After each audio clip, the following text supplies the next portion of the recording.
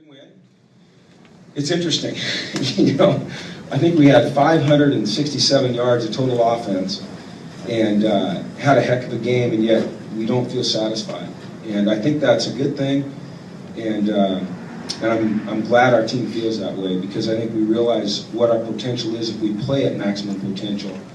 And tonight we had too many penalties offensively, and we turned the ball over too many times. But on the flip side, our defense was outstanding. I mean, really, really outstanding.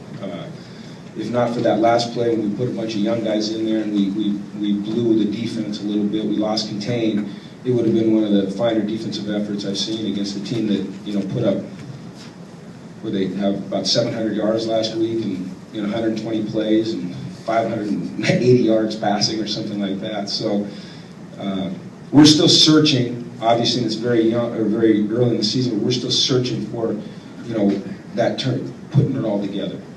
We're still trying to put it all together as a football team. But you know what? You take a win anytime you can get it, and you go back and you look at the film hard. And you're very critical of yourselves, and our players will do that. Our coaches will do that, and we'll get better from this. But it's a win, and we're 3-0 going into conference play, and so that's a real positive. Jim, can you just talk about what that says about your standards now that you're not satisfied with the 37-6 win? Well, I think it says we're raising them, and every week we're going to try to raise them higher. And I don't think you should ever be satisfied until the end when you're a champion. Until we're the champion, we won't be satisfied. So, and I think our players feel like that. They're happy that they won, but I don't believe that they're satisfied with the overall performance of our team, and I think that's a really good thing. We can't let it drag us down. We can't feel bad about it, but we have to realize that we've got a lot of work to do. Coach, last year the Houston passing game picked UCLA part of the seams. It seemed like you guys defended that pretty well today. Talk about the defensive game plan a little bit against Houston. Yeah, okay, John. We have been playing quite a bit of zone, and tonight we played a lot more man-to-man than we've played all year. We went into the game thinking that we'd start off playing some man and then shift into some zone, but we were covering them up well. And and I don't want this to sound negative at all, but they were having trouble catching the ball. They were open some, and they were having trouble catching it, so we just stuck with that. And we took away some things. We made some things on the ball. We didn't play 100% zone, but we played man. But we played a lot more man than we have been playing. And I think that helped us with a lot of the seams.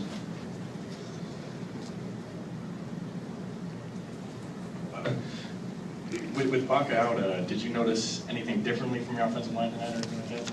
No, we have work to do up front. We're still, we're so young. We're still developing along the offensive line, and we've got, as you guys know, I don't have to tell you, but we've got 2 redshirt freshmen, a true freshman, and a sophomore starting. And Jeff's kind of that glue guy. He's the leader.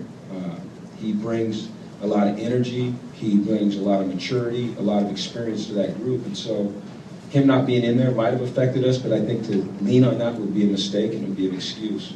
We've just got to play better, and we will. It's great when you can win a game and have a lot of lessons to learn from it. Can you judge Brett Hundley's game a little bit today and also talk about how he was feeling coming into the game? Well, he was feeling okay. He wasn't feeling great, but he's feeling good. I didn't see him limping around a lot out there. He played through a little bit of discomfort and pain, which is a credit to him. Once again, because he played so well last week, I think our standards, our expectations just went through the roof. And there's going to be some inconsistency in his game at times just because he's a young player. That was his 3rd game of college football ever. But once again, there's just a lot of great learning for him when he looks at that tape tomorrow. His decision making and the inaccuracy or the accuracy of his throws, both of those things. And we'll get it squared away and we'll be better for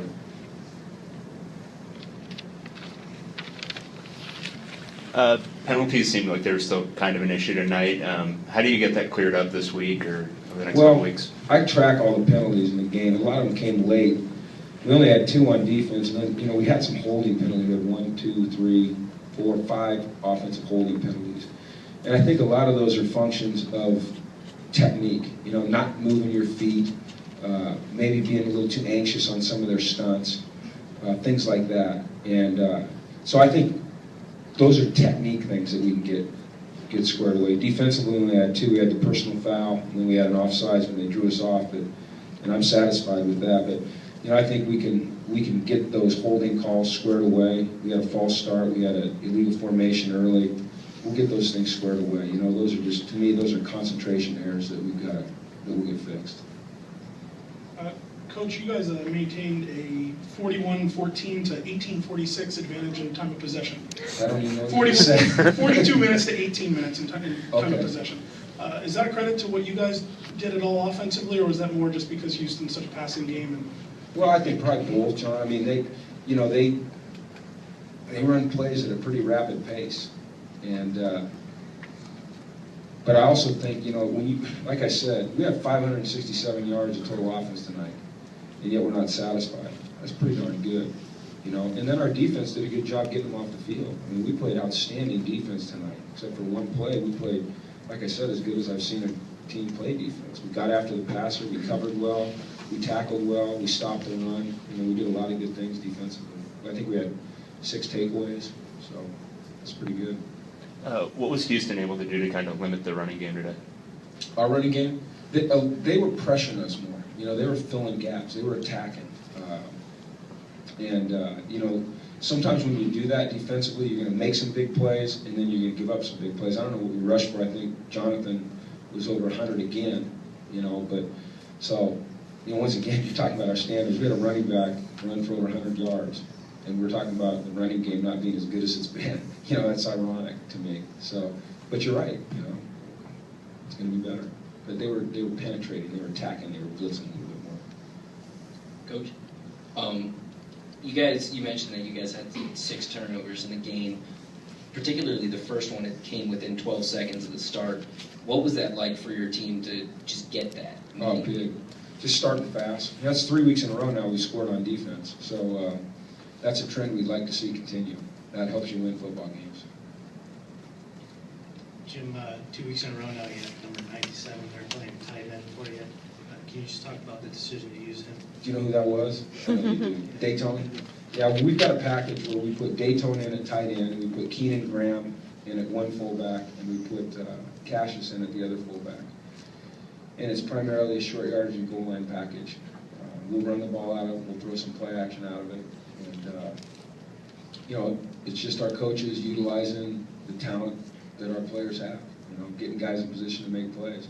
That was a nice catch by Dayton. It was not an uncontested catch. I mean, I think the guy flashed the ball and he had to catch it, and it was nice. Coach, last week here you were able to tell us that Shelton was going to come back and play tonight. Can you tell us that Jeff Hawkeye is going to play next Saturday? I can't comment on that yet. I don't know, but I would hope that he'd be able to. And if he can come back and play like Shelton played, we'd be pretty happy with that. To get that game out of Kaimi Fairbairn, after some of the struggles he's had, I think he went 3 for 3 in field goals. And